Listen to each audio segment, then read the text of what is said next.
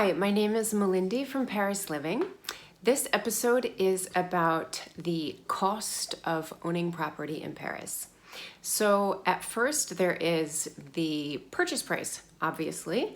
That would be the sticker price or the agreed upon price between the buyer and the seller.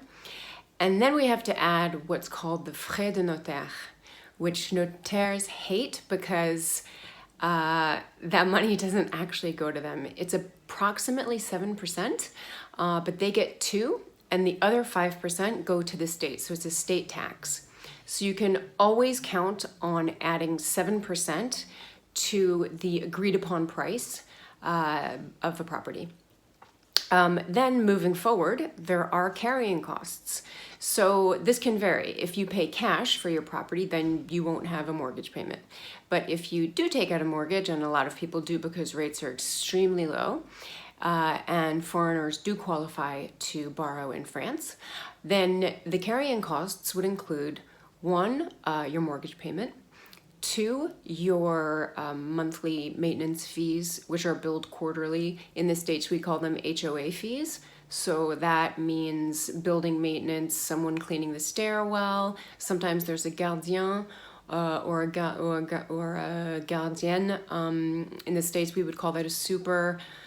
Or in England, I think they call it a caretaker, someone who's in the building and takes care of cleaning the common areas, taking packages for people, just being on site for random problems that arise. So there's that. So the amount of the monthly fees will vary depending on whether or not you have a gardien, and also whether your heating is individual or central. Central heating is a little bit more expensive. So those are 2 of the carrying costs. Another carrying cost is the annual property tax. Fortunately, in Paris, it's extremely low. The second that you leave the city limits, it gets much higher. Not sure why. Obviously, they're making up that revenue somewhere else, but the property tax is very low. It's annual. We're talking in the hundreds. And is there any other carrying cost that I am forgetting? Those are the basics. Those are the ones that you can count on. And then once in a while, the building will decide that repairs need to be done.